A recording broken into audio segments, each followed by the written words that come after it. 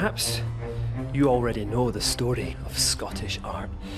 The one with all those bonny landscapes and Highland chieftains, where Scottish colourists clamber across the Western Isles and a man named Charles Rennie Mackintosh reimagines the rose. Perhaps you think that is the story of Scottish art. But think again.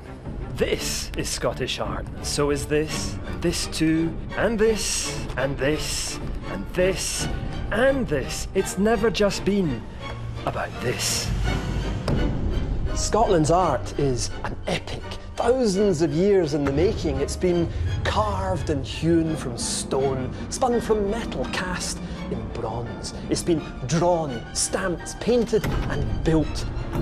Scottish art has never just been a mirror in which Scots can see themselves. Instead, it has always revealed the power of art to explore, interrogate, and celebrate on behalf of us all what it means to be alive.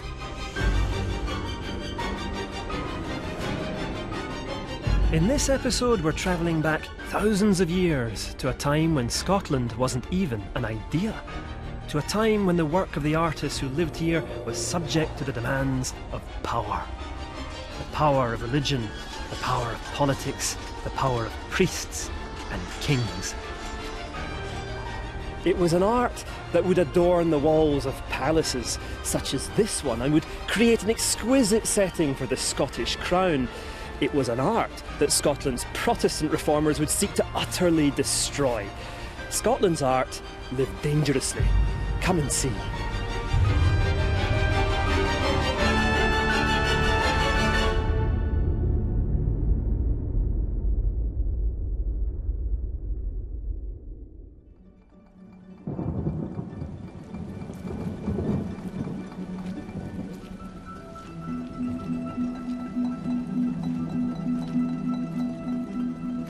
Come with me to one of the largest and oldest art galleries anywhere in the world.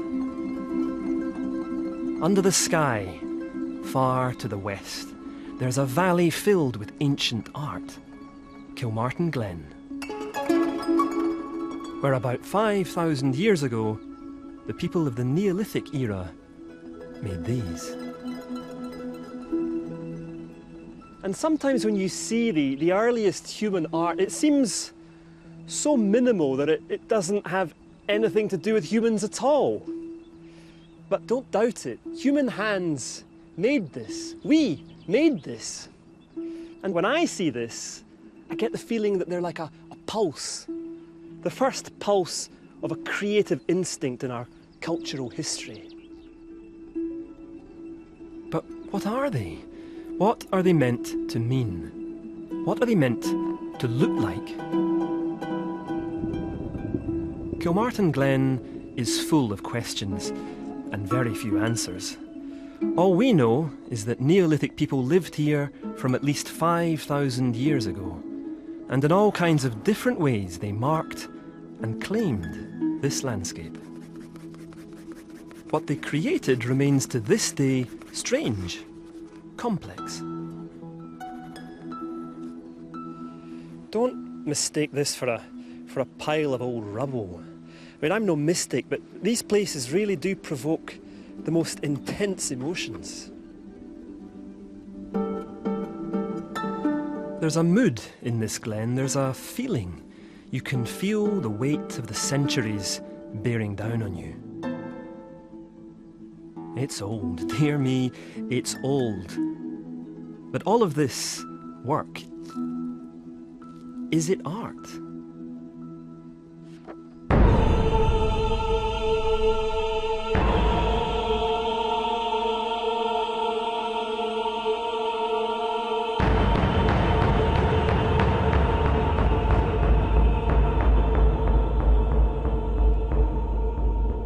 There are stone circles all over Scotland. This one, the Ring of Brodgar, is on Orkney. It's been known for many years that these circles align themselves with astronomical turning points. They point to the moon or the sun on the longest or the shortest day. But are we really saying that these people will go to this much effort just to build a clock? Of course not. There's so much more than that. Neolithic man was really aesthetically aware. He wanted to make a visual impact. And today, just as then, these stones around us, they kind of proffer a sculptural point of contact with the stars. They feel like they put us in context as humans. We're just small players on a vast stage. Is it a church? Perhaps they stood here and prayed to the sun. Or is it a parliament? Perhaps they came to see their king or queen. Or am I walking out of one of the largest works of art I've ever seen? To me, it feels like all three a place of worship, reverence, wonder. I don't have to walk far from the Ring of Brodgar to find other sites, other stone circles, places where for the last 30 years and more archaeologists have been discovering evidence of buildings built and used by people who weren't primitive at all. This must have been a ceremonial centre for much, maybe all, of the Orkney Islands. You have to transport yourself there in your imagination. And don't imagine it as empty. Imagine it as full of music, voices, fire, and smoke. And if we enter the only structure that still has a roof, Maes Howe, and study the beautifully laid stone walls, we must wonder if they were always as bare as they now seem to be. Archaeologist Hugo Anderson Weimark has been digging in these sites near the Ring of Brodgar for the last 4 years, and he knows for sure that these stones were highly decorated. What kind of stone are you working on? This is the local Orcadian sandstone, which it comes in various different hardnesses. This one's quite soft and is sort of ideal for cutting a design into. And these are the kind of stones that would have been used to build all the structures locally? Yeah, it splits into nice slabs and you can make nice coarse buildings, and they've been doing it for thousands of years. We find hundreds of carvings on the walls of the buildings, on the outsides of the buildings, in the passageways between the buildings, and they're scratching them into the walls. As a kind of graffiti or as a conscious attempt to decorate? Well, some of them are very conscious designs, and others are more sort of scratched, sort of slight designs. But some of them are very deeply carved as well. But there's not a signature style or a kind of, you think this might be the same person that did that hut. Well, we do see this butterfly, what's known as the Brodgar butterfly motif, which is a design we find particularly on just this one site. Ah, can you do us one? Yes. We start with a cross. Wonderful, like an early saltire. Yes. And so you've seen this particular design repeated loads round here? Hundreds of times on the Ness of Brodgar. It's not only butterflies and repeated geometric patterns that have been discovered here and at the Ness of Brodgar. The archaeologists have also found conclusive evidence that these stones, at least in part, possibly completely, were covered in pigments and paints. The iron ores that we now call hematites gave the Neolithic people of Orkney strong reds, lead ores gave them blues, and there were yellows too, and blacks. Alright, I'm going to try and simulate what you're doing, but in the modern way. So I'm going to use some Indian red, which is, it's pretty almost there, isn't it? Isn't that weird? But with two different stones, I can create you can grade it? The different rocks just have different colours. Different intensity. On one structure at the Ness of Brodgar, we have a corner of the building which seems to have little pots of different coloured pigments. Oh really? So this was the Dulux store? This is where you went and found your Neolithic range? It could well have been, yeah. It would have been a bright, colourful, highly decorated world.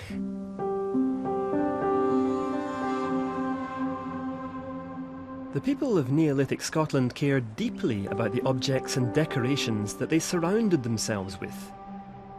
They worked with difficult materials and difficult tools, round pecking stones, knapped flints. Their art was all about patterns, patience, repetition, an art that comes to life as the light moves. as it would have as the firelight flickered. So there were ornamented walls, and there were ornaments as well. On the island of Westray, archaeologists have found something rather rare and rather wonderful.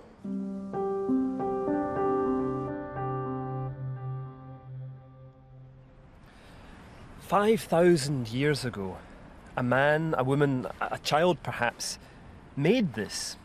And once they were satisfied with this lovely, smooth, oval shape for a head, they began to scratch in some details. Eyebrows, there's even a hairline. And then they put in a little pair of eyes. And when I meet with the eyes, it is like a portal in time. It's like a TARDIS. I'm time travelling to the moment where I can shake hands with the ancient craftsman who made this. This little figurine is a gatekeeper to the wonders of Neolithic art in Scotland. And she's the oldest sculpted representation of a human form ever found in the British Isles. The Westray Wife was found in a building that was in use for generations. When it was at last abandoned, the wife was placed there as a sort of delicate farewell. She might seem simple to you, rough and unfinished. Of course, you could say that of all the ancient art we've seen. But then you come across these, and you have to think again. Some of the earliest examples of art from this time before history are these carved stone balls. And you can use superlatives too flippantly, but I genuinely find these to be awesome. They are hypnotic examples, entrancing, beguiling examples of Neolithic art. Hundreds have been found in the Isles to the north and west and on the eastern side of mainland Scotland. We have no idea how a Neolithic artist could make something so close to a perfect sphere or ornament it so symmetrically, and no idea what they were for. It's possible that holding one of these conferred the right to speak at social gatherings. I really do find these objects far more compelling than any number of priapic stone circles. Perhaps because I can imagine in the dark or with your eyes closed, you can still feel the extraordinary craftsmanship. And the message that I feel coming to me across the 5,000 years that separates me from the person that sculpted this object is that the inhabitants of Neolithic Scotland were not anonymous barbarians hurling rocks at one another. This wasn't some chaotic wilderness tumbling into the Atlantic. From the very start, this society reserved a place and a role for art. These were developing networks of communities, people like you and me, who had complex belief systems, who valued objects like this as status symbols, and who had an ability to create and to craft great beauty that to some extent eludes us today.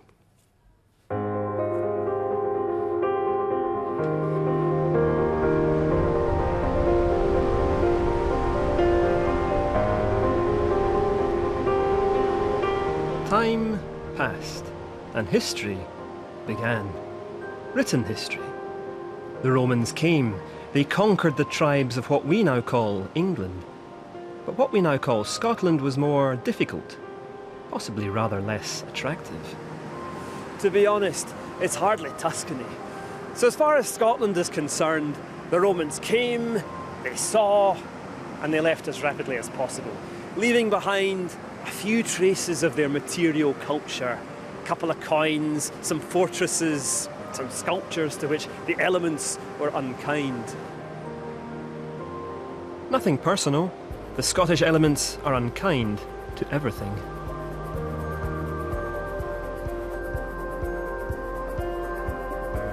What the Romans mostly left behind was names. It was a Roman who called the land north of the Forth Caledonia, which according to some people means land of the hard men. Talk about typecasting. And it was a Roman who named the two tribes that were particularly troublesome, the Picti and the Scotti. The Scotti had come from Ireland. They dominated the Western Isles and the Western mainland, and they spoke Gaelic. They were the Gaels. The Picti spoke something more like Welsh. Their lands were in the north and east, and the name the Romans chose for them meant something. The Picts, the painted people. I mean, the Picts were art. They were art in the flesh, art on the move.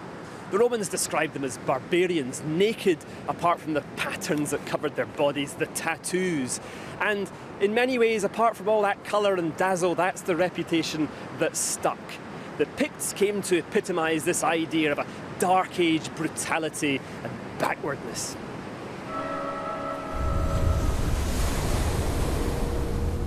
That idea lasted. For centuries, the Picts were seen as savage, tattooed, mustachioed maniacs who saw your head as a desirable accessory. Part of that myth was a mystery. The fact that at some time around 900 AD, the Picts simply seemed to disappear from history. We've always been sure that we know much more about the Gaels. We've always thought of them as the people who did most to bring the message of Christian peace to a chaotically violent Scotland.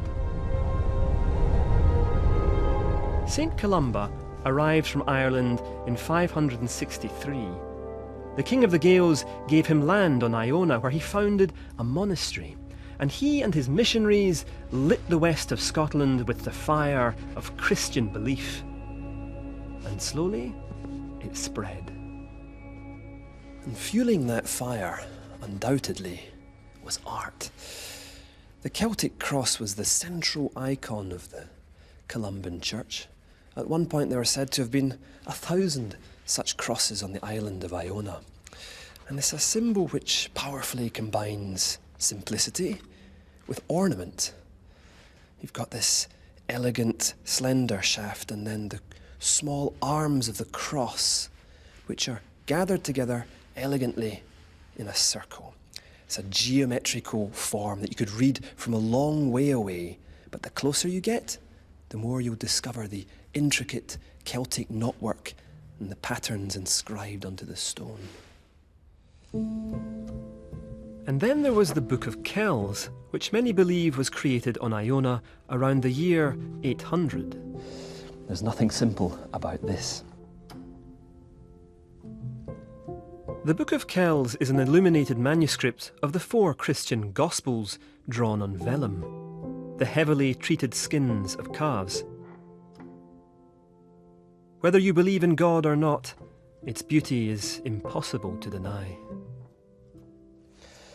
What you have is a kind of Christian magic where beasts and symbols come to life on the page.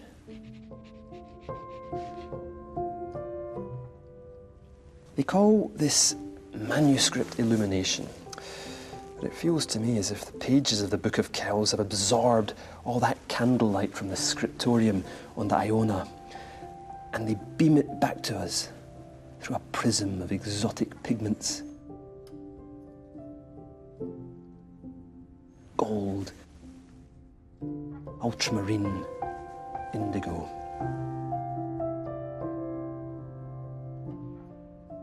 You can lose yourself in the Book of Kells, which is how I sometimes imagine the people, the artists, monks, the scribes who worked on it. We aren't exactly sure how many scribes there were, but there weren't many. At the moment the consensus is about 5. It actually surprises me that there were so few. It means that years, many, many years, must have gone into its production, entire lives. By the time of Kells, the Church of St. Columba and the kings of the Gaels had formed a strong, partnership. And for a long time, that's been the story about how Christianity and Christian art came to Scotland. It's a peaceful story, but it is incomplete, because these weren't peaceful times, these were times of great conflict.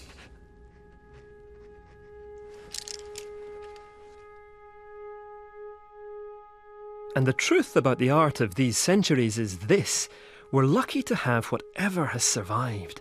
When you look at the Book of Kells, you think it's complete.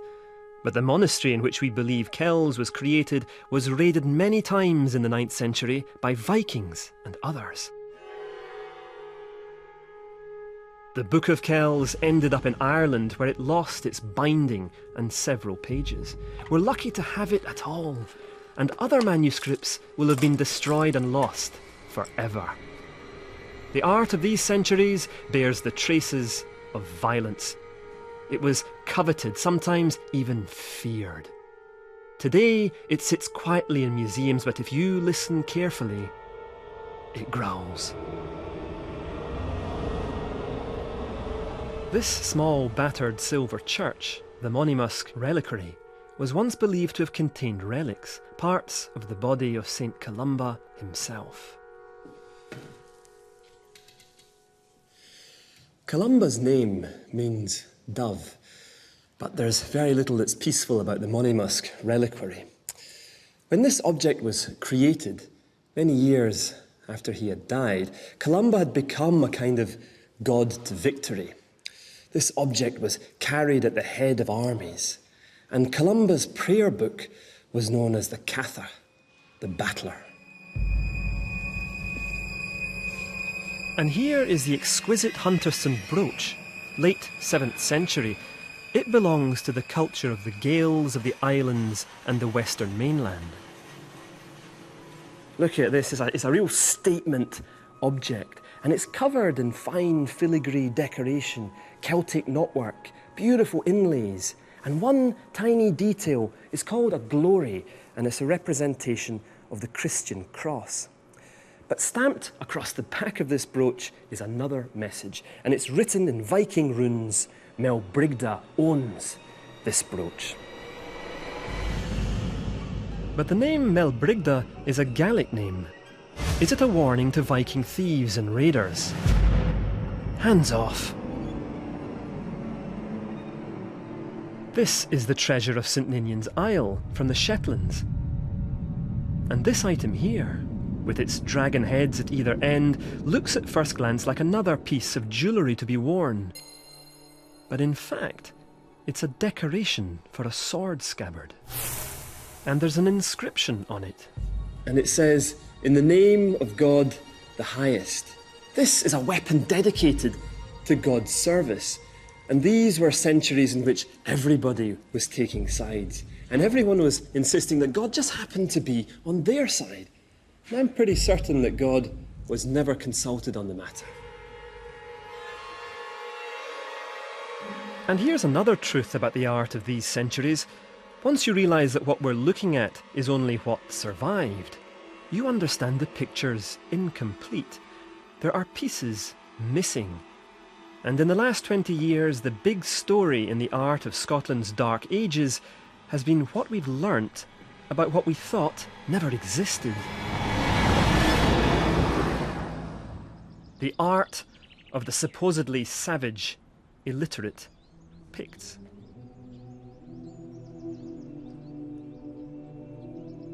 In the 5th and 6th centuries, stones like these began to appear all over the Pictish dominions, covered in symbols that we've never understood.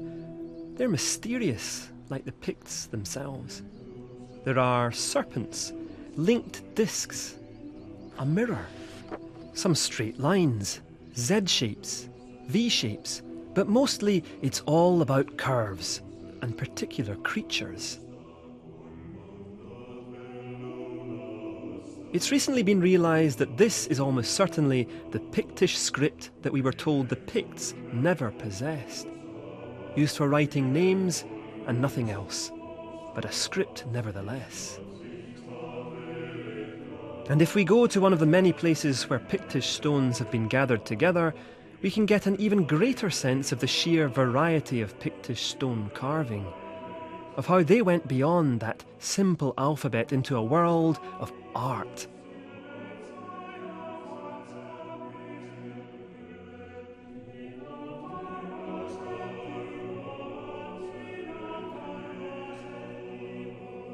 I feel like an explorer entering an Egyptian tomb. These people were undoubtedly violent, but they were poets too when it came to carving stone. It's astonishing.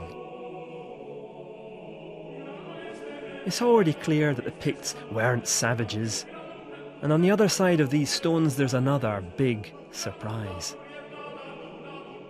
By the time these stones were made, the Picts weren't just wonderful artists, they were Christians too.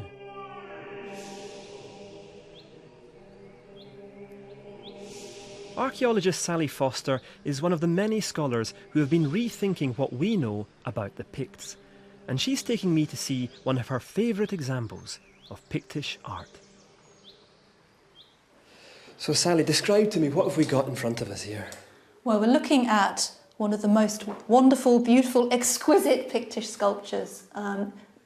Effectively, it's a cross slab. You can see that we're looking at a large slab of stone that's been shaped, and the main decorative theme on this stone is clearly a cross. That's why we call it a cross slab.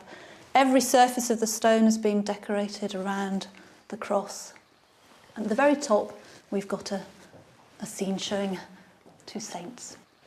In effect, it looks like a manuscript, doesn't it? If you're familiar with manuscripts of this period, every inch of the surface has been covered with different sorts of designs. We've got...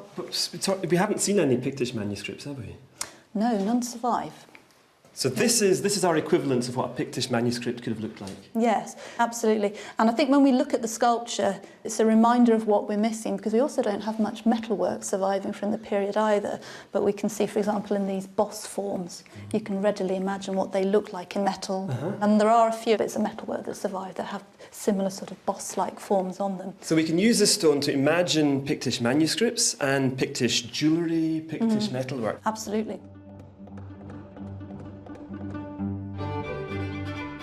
Here we are talking about Pictish manuscripts, and the reason we can with confidence is that just a few miles from this little church in the town of Port Mahomac, in the heart of Pictland, archaeologists have found the remnants of a Pictish monastery, just like Iona. There are fragments of other cross slabs, carvings of Christ and the Apostles, and all of the equipment required for making vellum. The Picts must have had manuscripts, but we've lost them all. Since Roman times, we've thought the Picts were violent savages. In fact, they were literate, Christian, fine artists. They had a partnership with a church just like the Gaels did with the Church of St. Columba. The Pictish cross slabs were the work of priests or monks who supported Pictish kings, and they travelled the country sculpting stones that projected the power of the Christian God and the kings of the Picts. Those Pictish aristos weren't just trying to tart up the lay-by. For them, these were advertising hoardings, and the message that they were pushing was clear. The Pictish nobility and the church were two halves to the same slab of life. They were the power.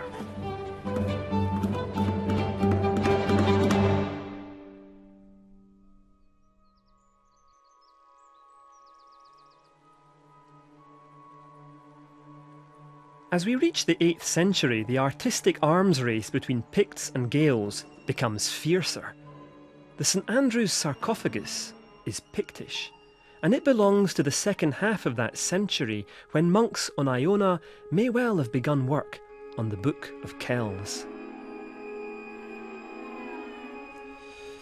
By this point in history, Scottish art was no longer just about outlines. It had colour, depth, had complexity, and as I'm drawing this magnificent relief, I'm really having to get into the shading. I'm having to pull out the highlights, the recesses, the areas of shadow that help make these forms feel naturalistic, real, 3D. And for certain, By this point in history, the relationship between the church and politics in Scotland was very far from two-dimensional. As the tension between Pict and Gael grew, the message of the partnership between the Picts and their church homed in on one particular figure, a biblical figure. Now this might just look like another Pictish hunting scene, but to an audience who was really well versed in understanding and identifying symbols, they'd have recognised that this dominant figure on the right-hand side is actually King David, the righteous king of Israel, composer of the Psalms, that emblem of courageous leadership. And here he's shown protecting his flock from an attack by a lion. According to the Bible, the Psalms were all David's own work. And they aren't just prayers, they're boasts of military might. They're threats.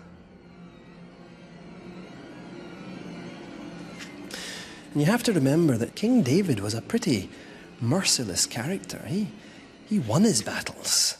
And as he said in Psalm 18, I have pursued mine enemies and overtaken them. Neither did I turn until they were consumed. I have wounded them, that they were not able to rise. They are fallen under my feet. That's a brave heart. And that should be borne in mind when we contemplate the luxuriant Book of Kells. Its very beauty and artistry was a direct threat to the power of the Pictish kings. And this was how the Picts responded. I have pursued mine enemies.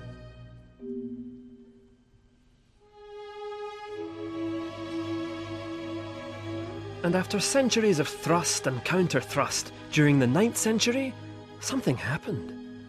By the year 900, there was one king of a land called Alba, a land which covered most of what we now call Scotland. A king who spoke Gaelic, but claimed descent from the kings of the Picts.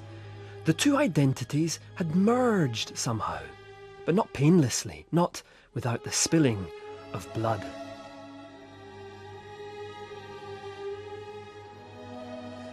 This is one last glorious example of conflict art, a unique and in some ways hilarious eruption of might.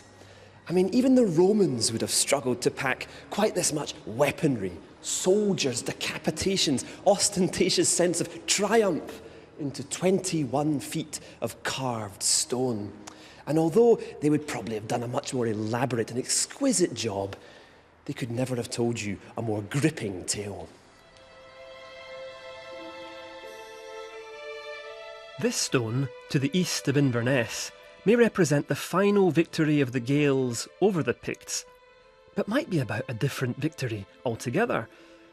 So it's somehow very right that it is weathered so badly that its lines are blurred and indistinct.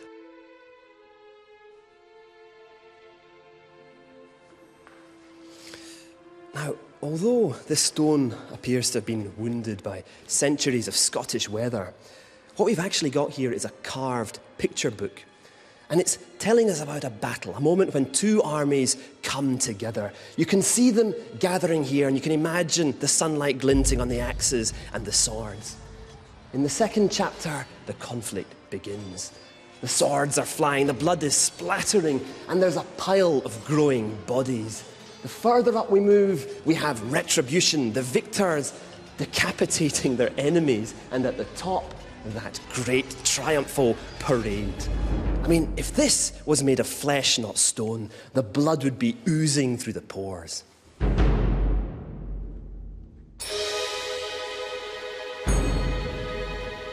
And on the back, of course, the Christian cross. Whatever else had happened, the partnership between Crown and Church was still in place, and art was still projecting that message. Time passed, dynasties came and went. By and large, Scotland stopped fighting with itself and started fighting with the English instead. King after Scottish king and a couple of queens sat on the Scottish throne, and art did the same job for them all, projecting power, confirming authority. And it was still doing it for the Stuart dynasty in the 1500s. James Stuart, the fifth Scottish monarch to bear that name, was not a lucky king. His life and his short reign were framed by two defeats to the English. Born in 1512, he was crowned king by the age of 2 after his father was killed at the Battle of Flodden. And then in 1542, he himself died after his forces were defeated at Solway Moss. It all sounds rather inauspicious. But in fact, James V was part of a Stuart dynasty of kings who understood and exploited the power of art.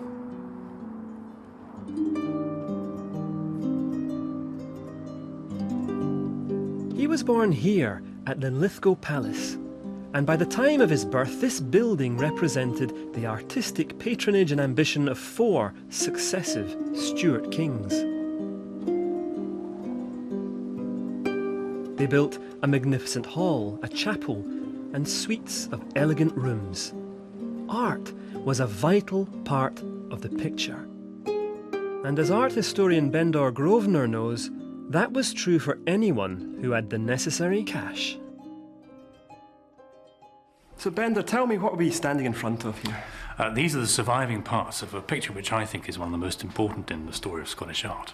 It's called the Trinity Altarpiece, painted in the 1470s by a Flemish painter called Hugo van der Goes.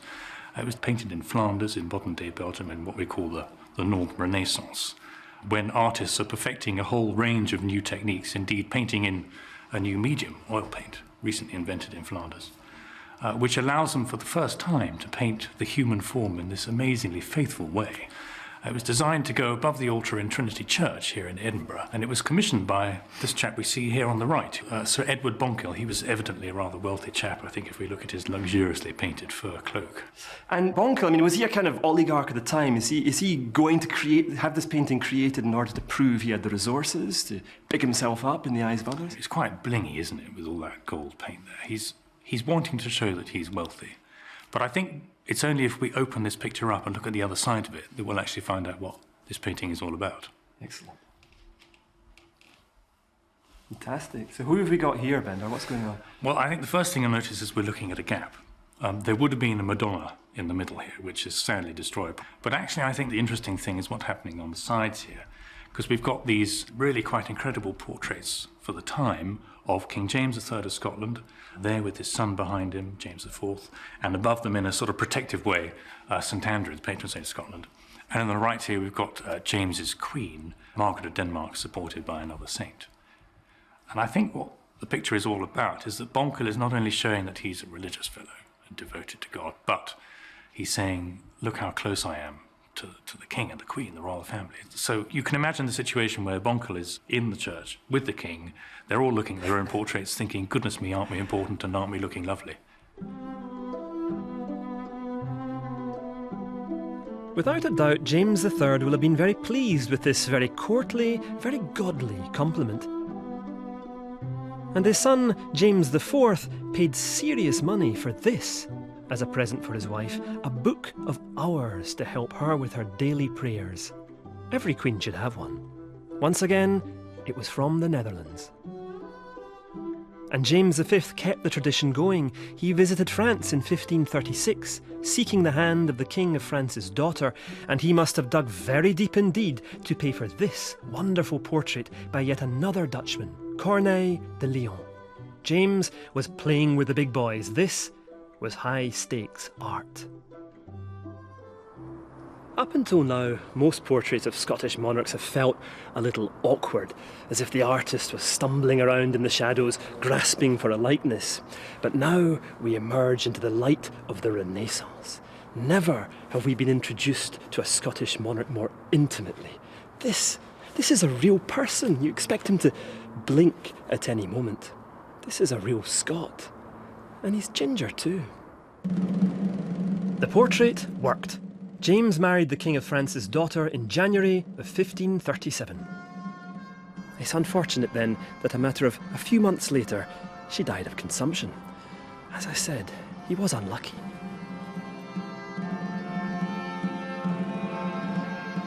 James had to make do instead with the daughter of a French duke, Mary of Guise, and here at Linlithgow he made the very best of a bad job by blowing over £5,000 on this fountain.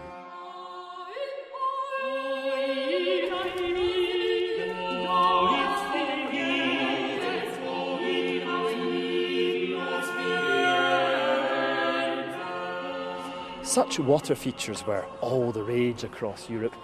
Henry VIII had 2 of them, but his were only made of wood. With its carved ornamental buttresses, its naturalistic sculpture, the elegant crown upon the top, this was going to be a multicoloured, thrusting, squirting statement of intent. Just what he needed, James thought, to impress his new, sophisticated French wife.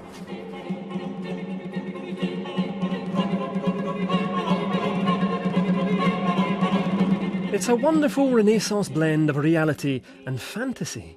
Here are people that we might expect to meet at court, and some that are fresh from a fairy tale. Mermaids, unicorns, little quotes from the world of architecture. And when you add it all together, you project an image of enlightened patronage, of confidence, of splendour, Scottish splendour. James V carried on carving. He had works done at Holyrood in Edinburgh, at Falkland Palace in Fife. And at Stirling Castle, he picked up where his father had left off. James IV built the Great Hall. His son, the Palace Block. No one coming here was going to be allowed to mistake the Scottish crown for a minor monarchy. Stirling Castle had the misfortune to become an army barracks. It all suffered. The Palace Block suffered particularly badly. But there's something about these sculptures still, however damaged they are. Something fleshy, something wicked, something gleeful, cartoonish, and earthy.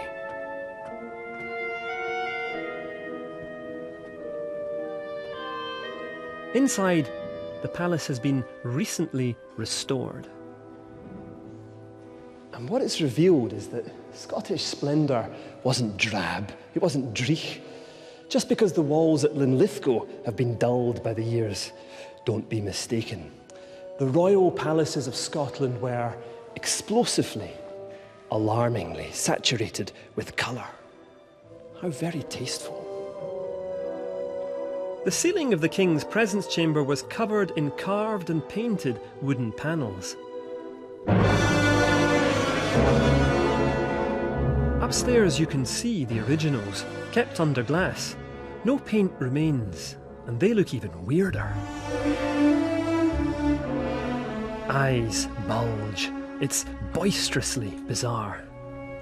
It's hard to imagine these heads looking down on a Scottish court where serious business was done. But James worked very hard to maintain his kingdom with those noisy English neighbours. He used anything he could to keep his regime strong. And that included the church. Henry VIII had gone so far as to split with Rome for the sake of securing a divorce. But James V was a very good and a very Catholic king, and if he'd embarked on a tour of all of his kingdom and its kirks, he would have found them full of rich imagery, paintings, stained glass, sculpture, all of which celebrated Christ, the Holy Family, and all of the saints.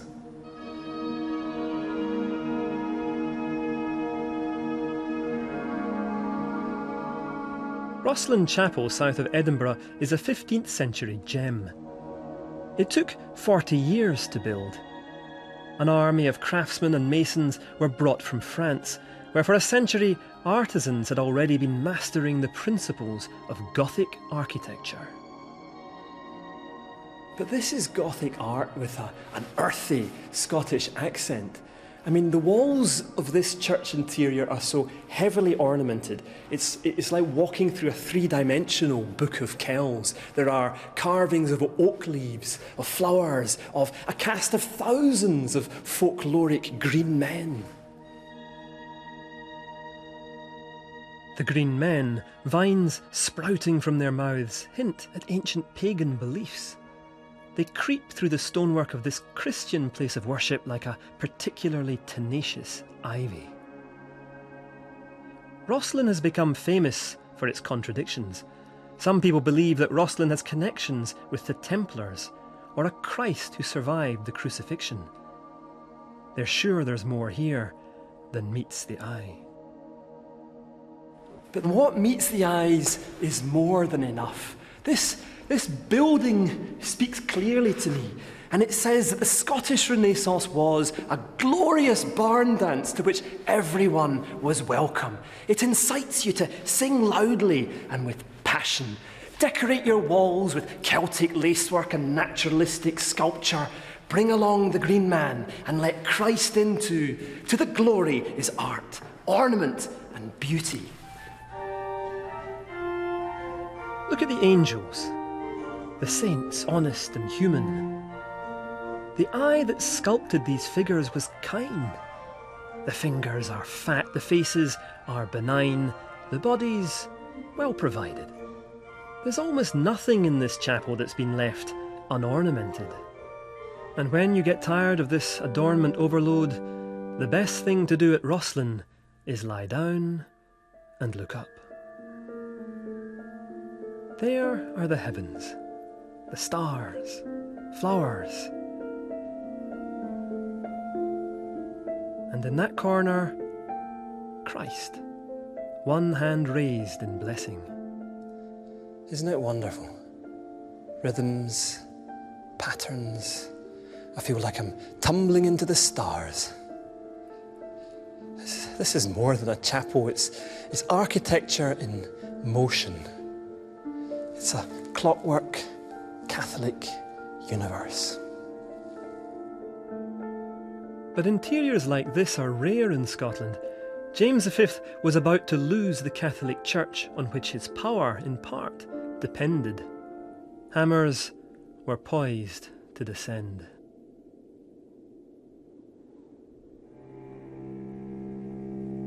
This little church in a village near Dundee, Fowles Easter, contains a unique treasure in the story of Scottish art. It's a panel painting of the Crucifixion, completed sometime around 1480. What a huge spectacle for a tiny kirk. We'll discuss why it's so unique in a moment, but I think we should just contemplate it for a while and study its wonder.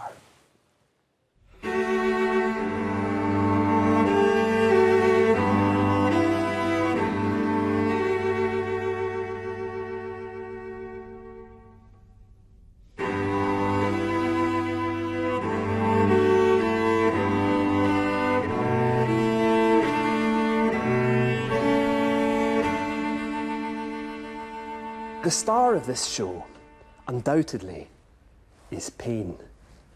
This image of the crucifixion doesn't keep us at arm's length. This isn't trying to be clever. This is a painting that presses you into the armpit of a visceral, twisting tragedy. Can you feel it? I bloody well can. I can feel the drama, I can feel the might, I can feel the human quality to this story. This is medieval folk art from the 15th century, and it gets you in the gut. Can you see in that sagging stomach? Can you see in those fat feet? Can you feel the honesty of that depiction?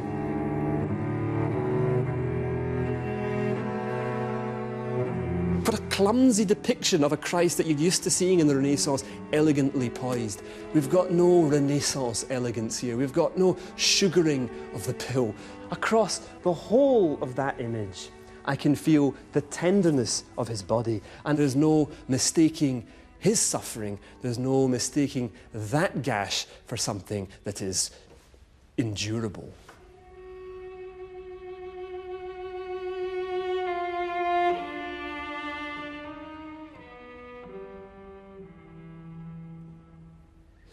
This is exactly the kind of painting that James V would have seen had he visited the kirks of his kingdom.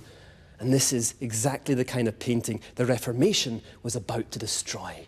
And that's why we're so lucky to still have this treasure, this relic of Scottish art. The Church of Fowl's Easter is full of traces of the damage that the Protestant Reformation would inflict upon religious art. This painting only survived because it was hidden under a layer of whitewash. There are pieces missing at either side. A few have been found and hung on the opposite wall. Other paintings were hidden or used as partitions. You can see the holes left by nails. Here, Christ's body has been roughly chiselled out. Behind the altar, 2 angels and a saint lost their faces. Only the saint was lucky enough to have anything left to restore. The Protestant reformers had translated the Bible from Latin, and in the Old Testament they found the second commandment, which Christian artists, Christian worshippers, and the Roman Catholic Church had been ignoring for more than 1,000 years. Thou shalt not make unto thee any graven image or any likeness of anything that is in heaven above, or that is in the earth beneath, or that is in the water under the earth. Thou shalt not bow down thyself to them, nor serve them. For I, the Lord thy God, I am a jealous God. Now, for an artist, that is still a terrifying and a terrifyingly comprehensive declaration. There are no loopholes. Put away your pencils and your brushes, pack up your canvases. There's going to be no more colour, no more imagery. Switch out the light.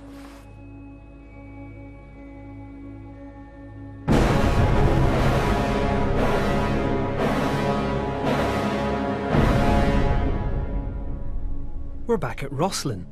Privately owned by an aristocratic family, its interior, as we've seen, largely survived. But look at the outside walls. They were harder to protect. With hammers, with whatever came to hand, the iconoclasts contrived to wipe 700 years from our cultural hard drive. Across this whole facade, in every single niche, there would have been a sculpture of a saint. Up to 40 sculptures, 40 faces smashed, irretrievably lost, gone forever.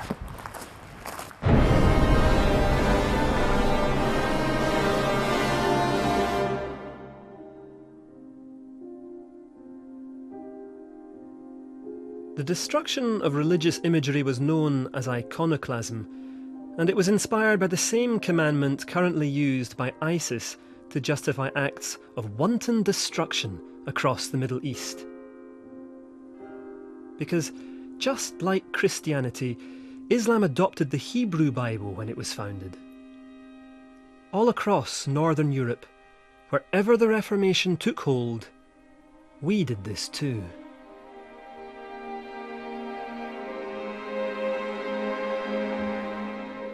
And in Scotland, we did this with particular ruthlessness. Paintings, stained glass, statues, altarpieces, anything showing Christ, the saints, the Holy Family or angels, was destroyed. ISIS follows the second commandment to the letter. It bans not just images of divinity, but images of any living thing.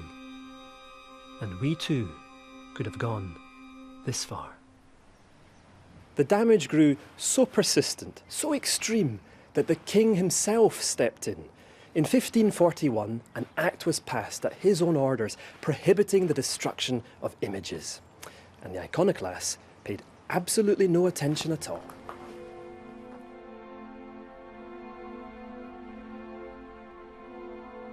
James died a year later, a defeated man, and the iconoclasm continued. On the other side of 30-odd years of history, Scottish kirks looked like this. You didn't come to look, you came to listen. For art, the future did look as bleak and unforgiving as these pews, these blank walls. its prospects crushed under the weight of a second commandment that did prohibit the creation of any images of any living thing.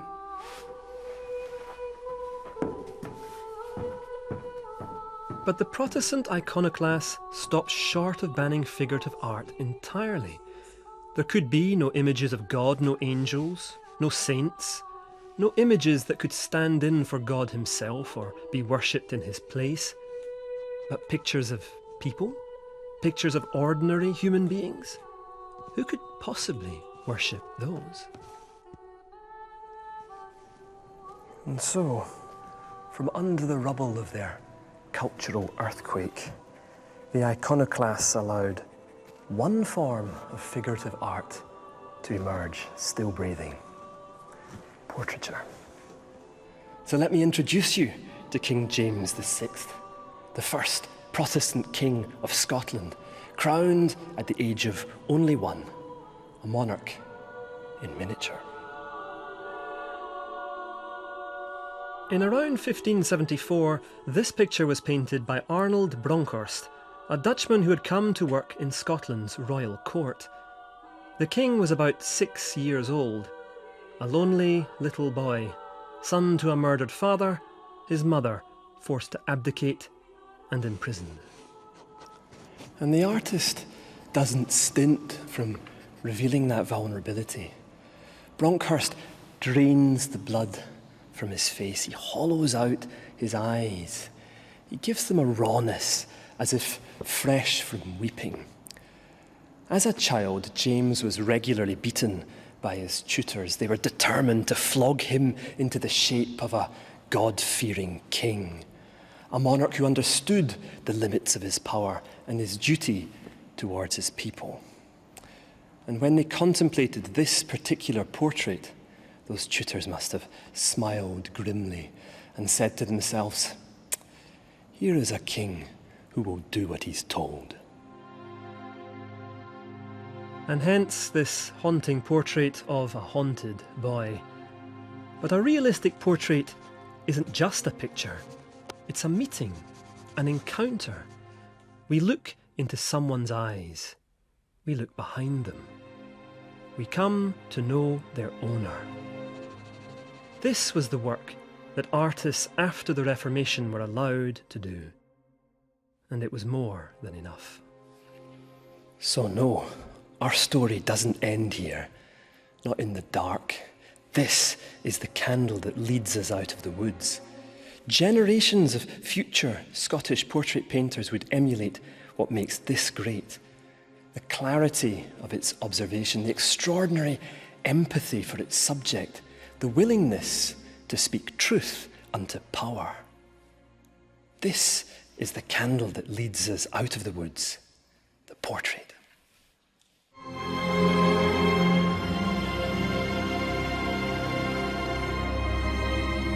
Next time, we'll encounter a whole new generation of Scottish artists who were set to dazzle their compatriots.